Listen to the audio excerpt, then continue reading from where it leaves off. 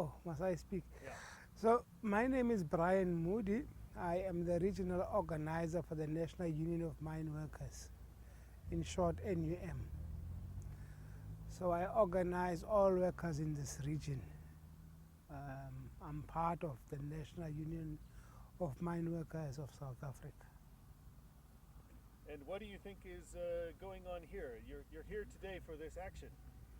Well, we are here, we are going to gather here today once more. We are opposing outsourcing of labor to smaller companies or labor in a form of labor broking.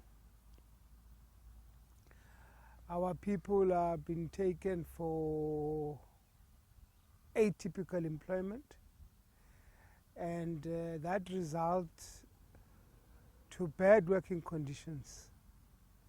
It lower working standards, and it impacts negatively on their living standards. Now, it's ironic that it happens in the post-apartheid South Africa, because you would recall that the colonial governments also were mining in South Africa. However, in this area, which is called Namakwaland, they were able to escape the hard socio-economic conditions because those governments were able to build houses and leave infrastructure or some form of infrastructure. Even the apartheid government would regulate that in this area at least there's housing.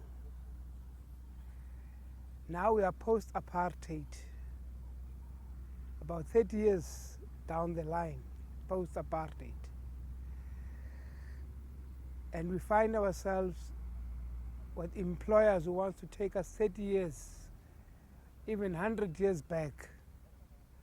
Because if you go around our country, you will find that by and large in the mining areas, particularly where there's African people,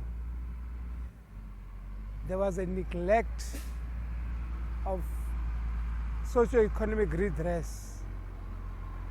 And that is what is happening, or that is what is going to happen if we allow this model of outsource to happen in Namakwaland.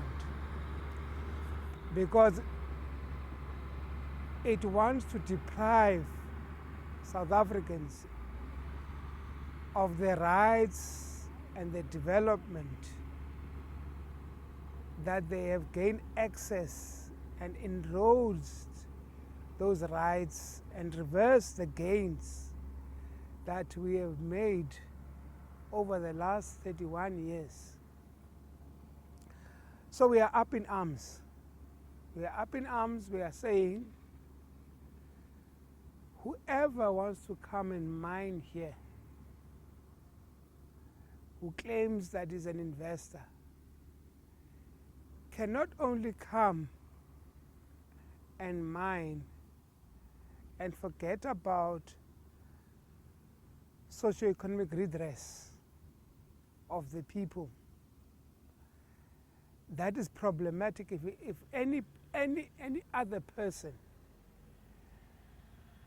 who comes, wherever he comes from any part of the world, who comes to undermine our living standards. Now, we are not being problematic, as many might see us as being insensitive to the market forces. Perhaps we're not. But we jealously guard against the rights that many South Africans have fought for and died for. There is no way that in our lifetime we can allow a situation where a company brings an influx of people without the necessary infrastructure for them to come and live in an environment where at the end, those people will be black pockets. This is the same creation that we rejected during the National Party's governance. During apartheid. During apartheid. We will reject it even now. Having said that, it also means that if our government is selling us out to capital, we will fight them too. Yes. If they have become salesmen, they've become what many would call them my friend. You know, my friends are Nigerians and Indians. You go buy from their shops, you say you want a loaf of bread, but you are short of money. They say, hi, my friend, are you short, my friend? No, don't worry, my friend. How much do you have? And you say, no, I've got 60 cents. They said, I will give you a quarter, my friend. Don't worry. Here's a quarter for you. That way of operating from our government is equal to selling out. It can never be allowed. We don't want merchandisers here.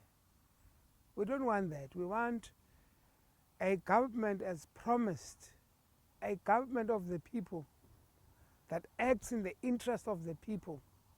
And if you think about what Mr. Agrawal, the owner of Vedanta, what would you say to him?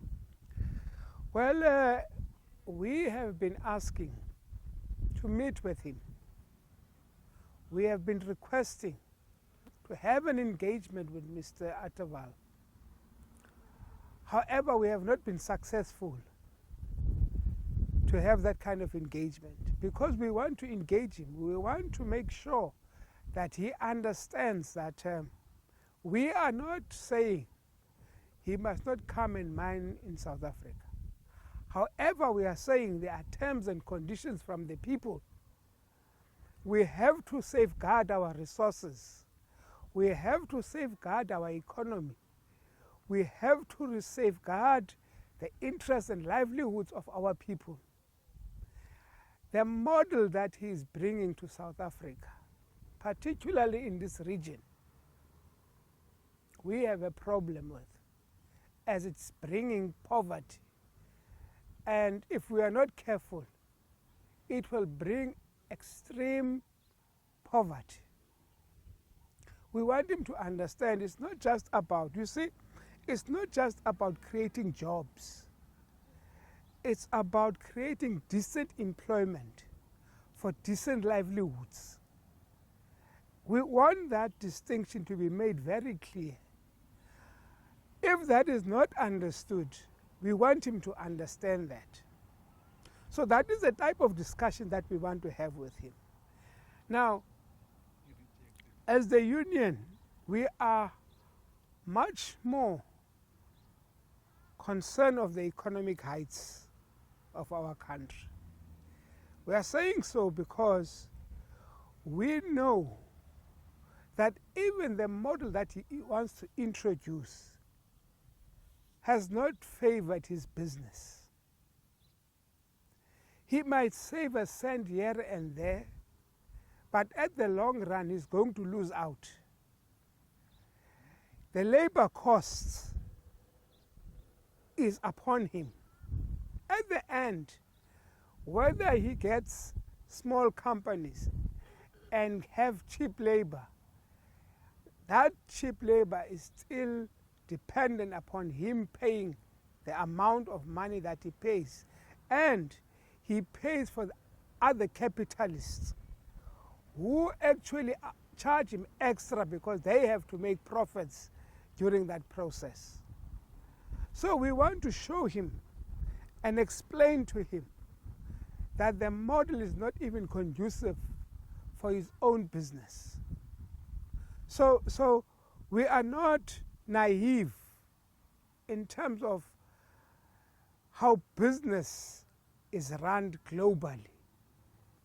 We have an understanding of how business internationally and best practices of business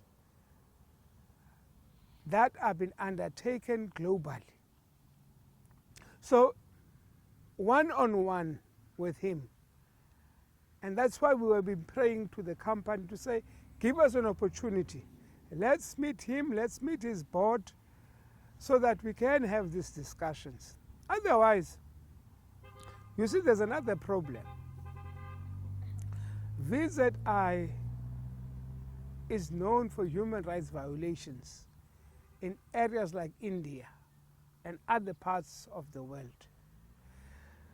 They have subsequently strived to rectify that, but they seem to want to duplicate the very wrongs that they've done in other parts of the world here at South Africa, Namakwa. And we do not want to make mention of those things because we don't think it's progressive. But we want to remind him that he must avoid mistakes committed during the past. And we cannot do so unless we engage him. What would you say if he just says, I don't care, all I care about is money? Well, look, there are two things. He has already said so. By mere fact that he does not want to engage with us. He has given us that message. By the mere fact that he's persistent, that the outsource model is the best model for his company, despite evidence placed before his disposal. That's what he's telling us. Now, we as South Africans know very well that even the hardest racists, segregationists, who had believed that their policies was the best thing for the world, we have conquered them. We will fight with him. We will fight his company. And victory will be certain. If he does not want to listen to our sound and resonate voices, then we will have to find another way for him to listen. And if he doesn't listen, then our government would have to remove him from this country and find investors that who will accept our terms and conditions of coming and operating in South Africa. Thank you very much, sir. Thank you very much, sir. Thank you. That was amazing.